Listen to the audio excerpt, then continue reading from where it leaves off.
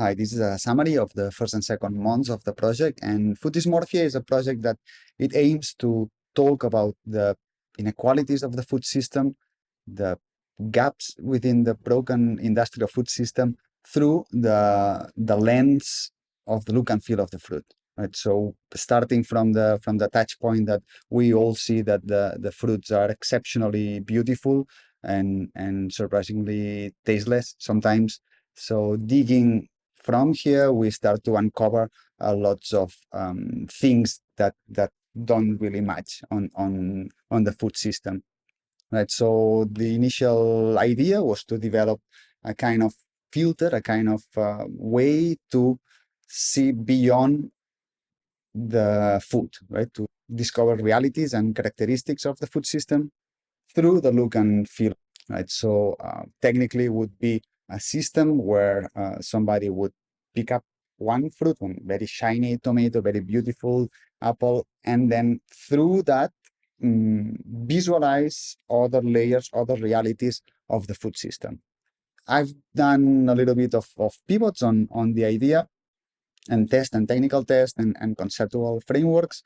So now is frame nowadays is a frame as a toolkit for entities, for associations, for communities to use in order to engage with people that feel that there's something wrong with the food system. Give them a tool to explore it and to discover other realities or parallel things that are happening with our food. So the idea is that we would have some touch points, right? So where the food are, so either in the supermarket, at home, everywhere, in the street, online, in magazines, right? And then through this toolkit, through this interface, which is probably a web, a mobile, something very, very accessible, using this portal, this lens, this layer, this filter, right? Discover these parallel realities of the food system. And this will be done in a very visual and engaging manner, right? So the idea is to create media, which could be like a mix of aesthetics, facts, action, political, economical situations around food, create an archive, a repository of messages, of content around the food system that then they are easily to spread and to distribute in social networks or to reach other people. So that with the goal, all of us become more critical citizens, have informed choices, and at the end to lead to food activism. The framework where this project operates is so we have the food and this subset of the fruits and vegetables, which is maybe the one more accessible to touch and to see, and where we can see this industrialization, this beautification of the products through the shape. And then through the shape, we talk about the aesthetics, the facts, the activisms, cultures, societal, economics, technology, right? This association with the shape and the system. So this is a little bit some of the actions that have been done so far in the research, in the development, technical explorations, and also concept-wise and administrative in the project itself. Has been some visits, some desk research on capitalism, on agriculture. In the development side, we explore 3D scan food, explore how to turn images into video in order to tell some kind of narrative. And these are a bit more like a project review. These are the KPI that this project needs to somehow work towards. So on the food classifier, I test some locally, some libraries that somehow work quite nicely. So it's doable. Okay, it mistakes pumpkin for garlic, but it's still works. But then also I try it in remote. There's some online repositories that work. So I could have it running somewhere and have a little bit of interface and communicate with this. Again, the coconuts are garlics, and the dragon fruit is turnip, and the donkey is a sweet potato. So it's not 100% good. Then also it will use some established framework. In this case, I tried this Google Cloud, which they have one API that is quite robust, and it does work pretty nicely, right? So the dragon fruit is a dragon fruit, and the lemon, and all these things. And so probably I'm gonna end up using something like this, because it's easy to use and robust. Another one was to explore which kind of narratives in which areas. No, so that the project is also trying to frame all the other projects. That the main Hungry Eco Cities project is plotting and mapping all existing projects in a kind of matrix. So I thought that kind of matrix would be useful to find these narratives, or these subjects to talk about. So, for example, if we take health and consumers, we could say something about that. If we take logistics and social justice, or safety and waste transfer. So I think this framework, it gives me some place to put what to talk about. The container is there. So also to write these narratives, to write these messages, or to find the body of knowledge to talk about, apart from this hours of documentaries and books that I've been researching. I explore tuning a language model. In this case, I adapted one GPT model, and gave it specific instructions on how to behave, which is the background, which kind of knowledge has, and what's talking about. And then I run this with different levels of customization, right? So if we take a generic sentence of farmers and economics, farmers may face financial challenges due to high cost of genetically modified seeds and patented agriculture technologies impacting their economic sustainability. Okay, but I was thinking, can we make this a bit more digestible, more like a bite size, no? So this one, it had a strong bias on anti-capitalism, right? So it's only was talking about the cost and the money and the economical side of the food system.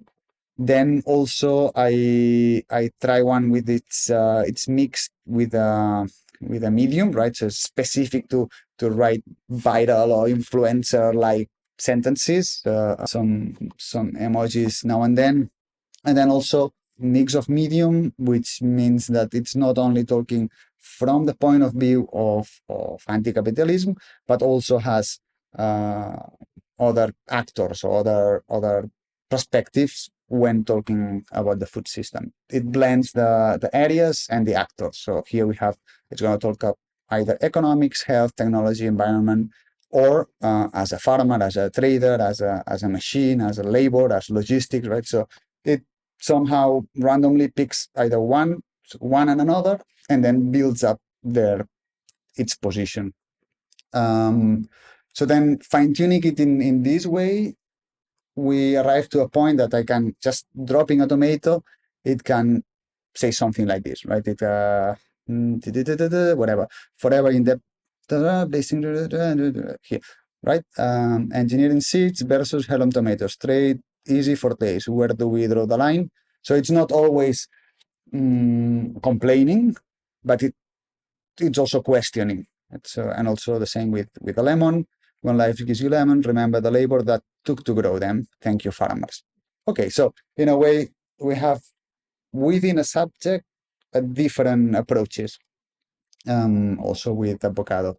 So somehow this is slightly solved, but needs more exploration on different voices. No, who is saying these things? Is the avocado itself, or is the machine itself, or is so this need I need still to dig it.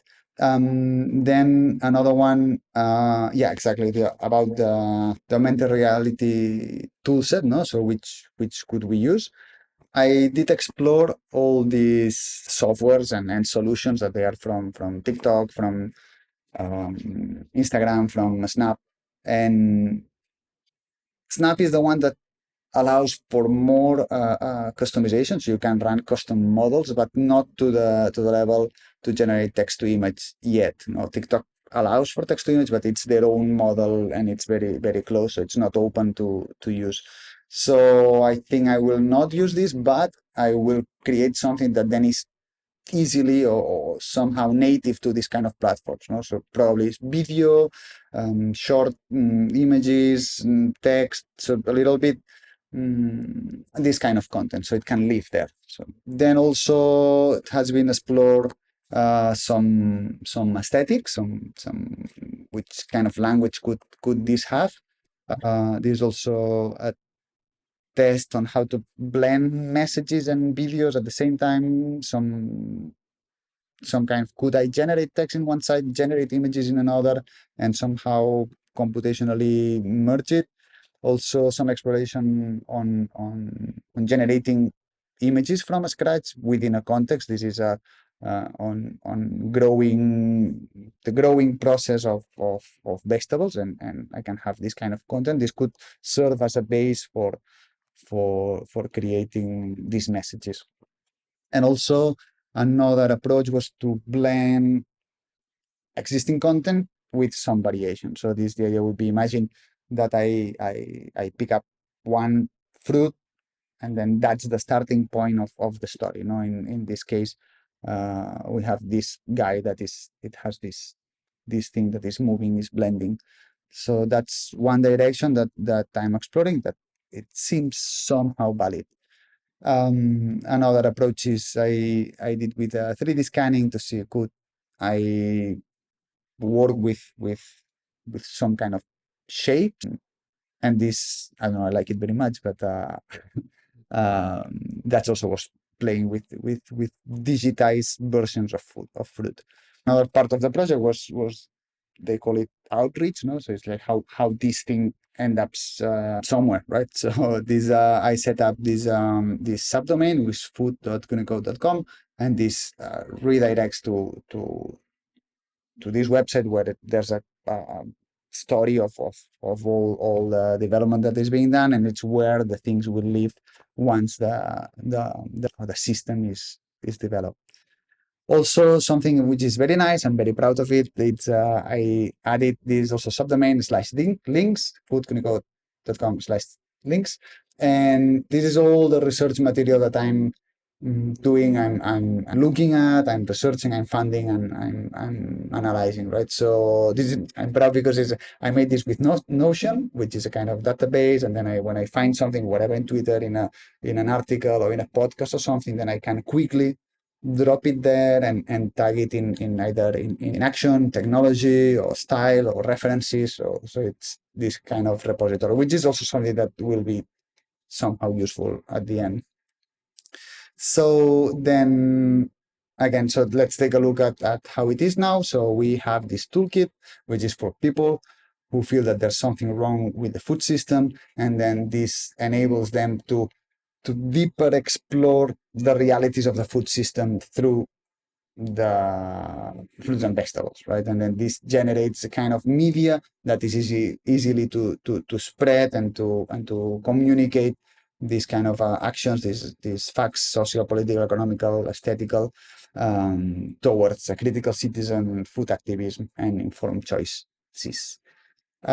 So that has been the first 2 months, and the next part will be slightly develop more the aesthetics, then also around the messages, like who's telling the story and who is there. Is it like a multi-agent who is saying the things. We have this. If I'm using language models, it's always this kind of averageness. Also, I want to to drive away from the empirical things, right? It's not like I want to say how the things are. It's more in a emotional, in a gut level. No, it's like kind of directing your attention or your curiosity to certain aspects of the food system. And then also need to do some technical workflow to verify that what I'm kind of envisioning is somehow doable. So yeah, so that's it. That's in the first 2 months, and then update soon in 1 month or two. Okay, ciao.